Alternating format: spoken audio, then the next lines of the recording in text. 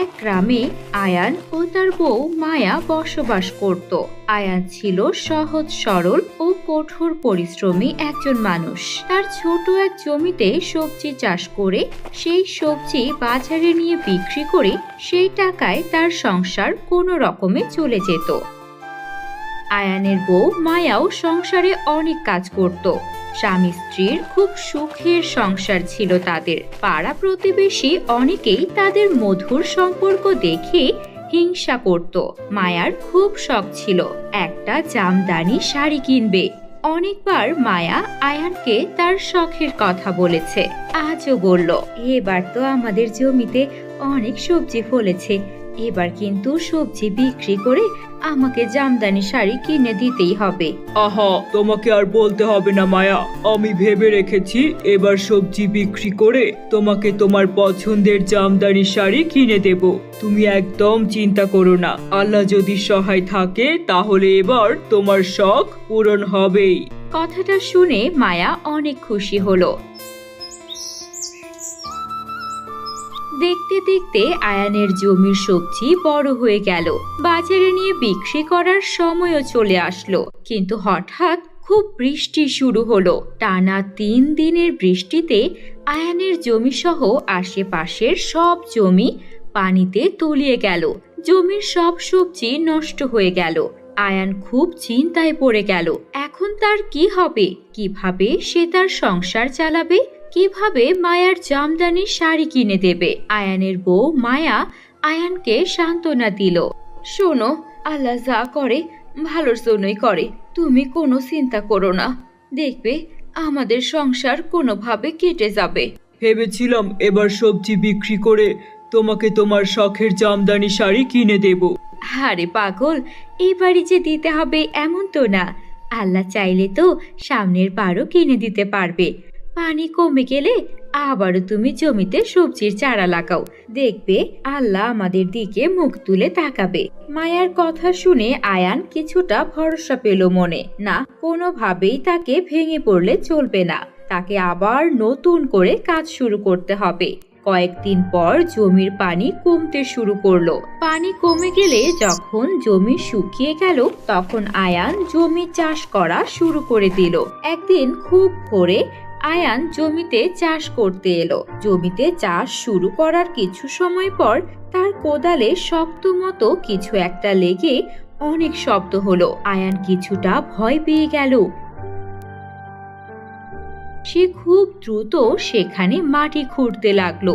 মাটি খুঁড়ে সে তো অবাক হয়ে গেল, সোনার কলস রোদের আলো পড়ে চকচক করছে। আয়ান আশেপাশে তাকিয়ে দেখে কেউ আছে কিনা।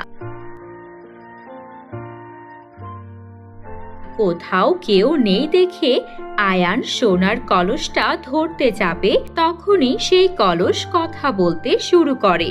আমি হচ্ছি জাদুর কলস। এক জাদুকরনী আমার জাদু শক্তি নিয়ে নিতে চেয়েছিল। আমি তাকে আমার জাদু শক্তি দেইনি বলে আমাকে এখানে পুঁতে রেখেছিল। আজ তুমি আমাকে মুক্ত করলে।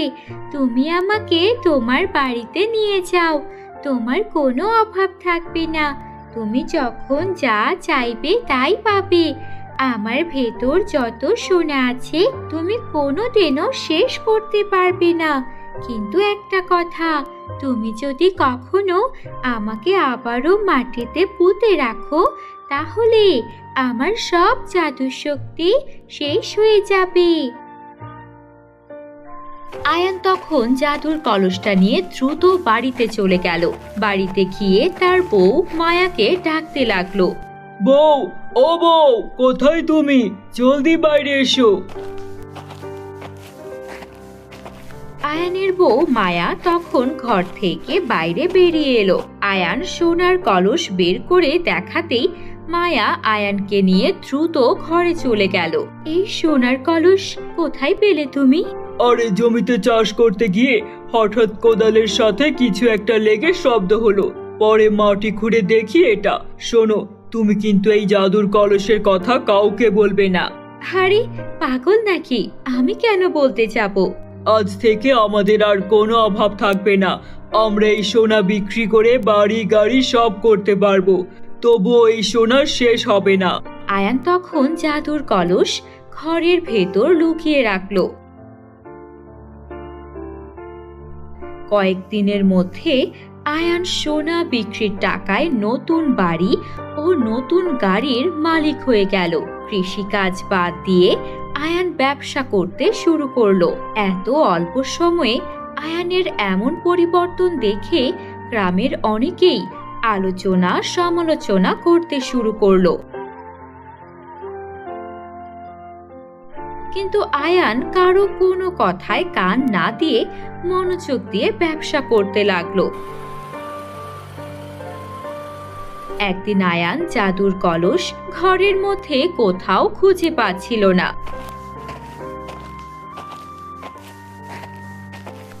কি ব্যাপার বউ, জাদুর কলস কোথাও খুঁজে পাচ্ছি না কেন? চুরি করে কেউ নিয়ে গেল নাকি?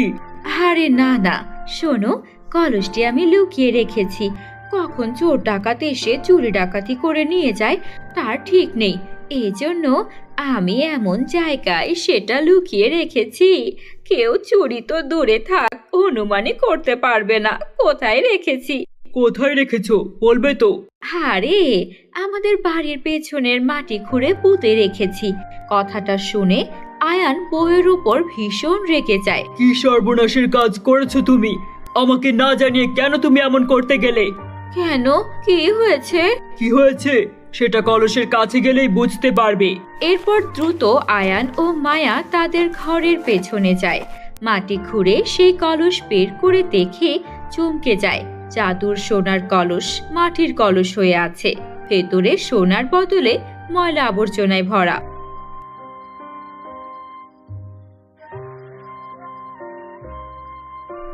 এটা তুমি কি করলে বউ? তোমার ভুলের কারণে আমরা আবার আগের মতো গরিব হয়ে গেলাম। জাদুর কলস আমাদের কোনোদিনই মাফ করবে না। তারপর ধীরে ধীরে আয়ানের ব্যবসায় লস হতে থাকে। একে একে বাড়ি গাড়ি সব বিক্রি করতে ওরা বাধ্য হয়। সব হারিয়ে আয়ান আবারও আগের মতো জমিতে চাষ করা শুরু করে। আল্লাহ চাইলে ধন সম্পত্তি দিতেও সময় লাগে না, আবার কেড়ে নিতেও সময় লাগে না। বন্ধুরা, এই গল্পটি তোমাদের কেমন লাগলো কমেন্ট করে জানাও। এমন মজার মজার গল্প নিয়মিত পেতে আমাদের চ্যানেলটি সাবস্ক্রাইব করে রাখো। ভালো থেকো বন্ধুরা।